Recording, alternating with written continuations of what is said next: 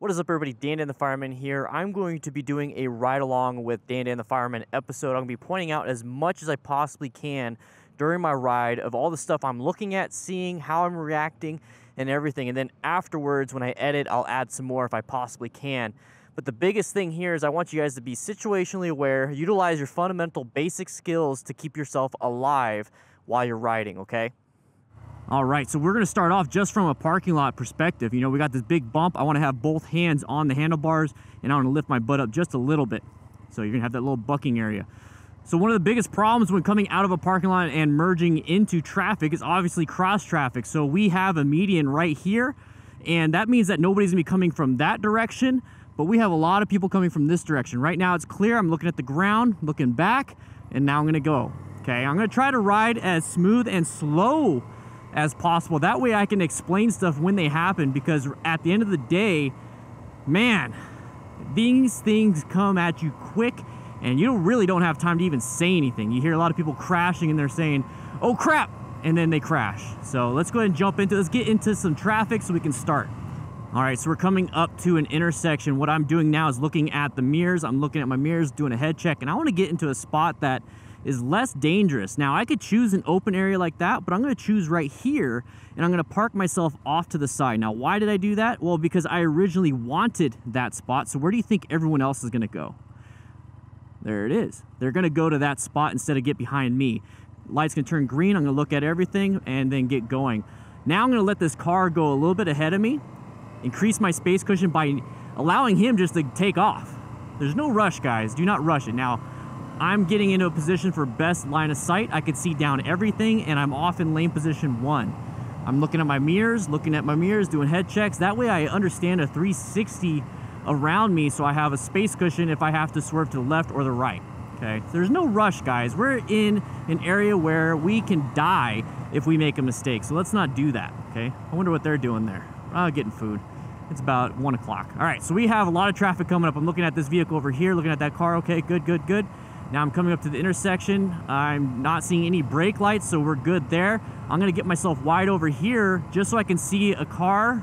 There's the car. Okay, looking at you, hazard mode. I'm in condition orange right now, and now I'm back into condition yellow. Okay, so if you're wondering what that is, make sure you check out yesterday's video. I don't like being side by side with this Jeep, so I'm gonna go ahead and speed up just a little bit. Now I'm back at 38 and a 40, perfect. And I don't see any more brake lights. You guys saw those brake lights a little bit earlier. I don't see any now. Now I see a hazard right here, so stage orange with brake lights. Okay, that vehicle's right there, good. Now I see a bunch of brake lights and I'm looking way ahead and I see that it's a red light. So that is why people are braking. So I'm gonna go ahead and look behind me. I got this black vehicle I don't like that is kind of close. So I'm gonna switch over here. And I'm using this as a buffer. So I'm gonna stay right here. And if anybody wants to come up behind me, hopefully they're going to hit this black Dodge Journey. I don't see anybody behind me. I'm constantly scanning forward, mirror, forward, mirror, forward, mirror.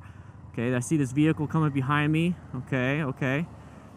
So I'm in a lane filtering position. That way I have a good line of sight. And like I said, if anybody comes behind me, they'll hit the person in front of me or barely clip me, hopefully. So I'm letting this person get ahead so that they can have a space cushion. I see there's a red truck wanting to turn left. I don't want to give him that much room, but I'm going to put myself in position so I am visible to him, because that is going to be my main hazard. So this is condition orange, orange stage, condition orange, whatever you want to call it. Now I'm back into yellow.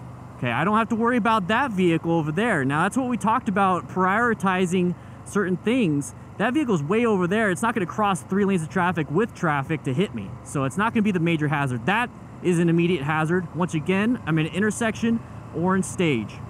All right, so now we're past that. Now I'm back into yellow stage where I'm relaxed but alert and aware. And guys, this is what I'm talking about. I'm relaxed. I'm having a good time. The only time I'm like, okay, paranoid basically. I'm like, okay, what's happening? So we got yellow light, brake lights, okay, look behind me, make sure nobody's going crazy. This guy just switched lanes in front of or behind me. Okay, so right here I like this spot, this like gore area. I like it because that gives me opportunity to kind of just be off to the side even more if I have to, and that way I'm not going to get hit by anybody wanting to go in the left turn lane. And then, like I said, hopefully this person will just slam into this Audi and I don't have to worry about it. So while I'm sitting here, I'm also looking ahead. So I'm looking at if there's any debris in the road. So if I do take off, I'm going to be fine. Definitely don't want to park in the middle in lane position 2. Hey, there's a dime right there. But I don't want to park there because of all the oil and debris, just in case my foot will slip and I'll cause a dump with the bike right there. I talked about how having your phone out is not that big of a deal as long as you don't let it distract you. So I'm still looking. I don't trust things. Condition orange right now. Now I'm back to yellow. Okay, now that I'm in the yellow stage, I'm going to go ahead and talk more about that phone.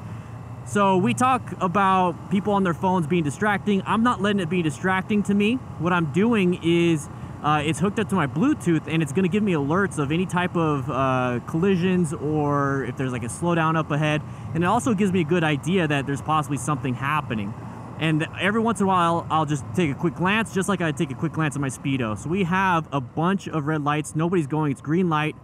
But I'm wondering why. Okay, everyone's just taking off. Okay, good, good. Now, my big concern here is maybe this person does not want to turn left, so they're going to get back into my lane. That's a big hazard. Okay, now I'm back into condition yellow. Now we're moving. So I don't want to be in this guy's blind spot. And I'm looking straight, but I'm pointing the camera at him. So I'm going to slow it down just a little bit. And all I have to do is engine brake a little bit. So we got this car wanting to come out. I'm going to go ahead and get ready. I'm ready for an escape path, which would be lane filtering and acceleration like that to get out of that car's way. Same thing with this truck if I absolutely have to. I'm not going to stare at him. I just look at him, glance at him, and then I look back forward, okay? So now we're getting into a very busy, crazy intersection. The other ones are just normal. This is a really big one. This is going to be, I think, Kolb or Wilmot and Broadway. So it's going to actually be really big. So I don't want to spend too much time on just explaining all the same stuff. I want to hit some of these bigger areas so you can understand. So my line of sight is pretty terrible because of this curve. So I'm going to go ahead and slow down, keep an eye out on my mirrors. Nobody's behind me. Good. I don't know if this guy wants to swing out in front of me because I have this big area that he can jump into. Good. He's not gonna. So nobody wants to switch back to going straight. Good, good, good. And we're going to be back here. Now, it's as simple as that. Now, during the editing process, I'm going to be showing a lot more. But right now, it's so hard to just verbalize what's going on in my brain.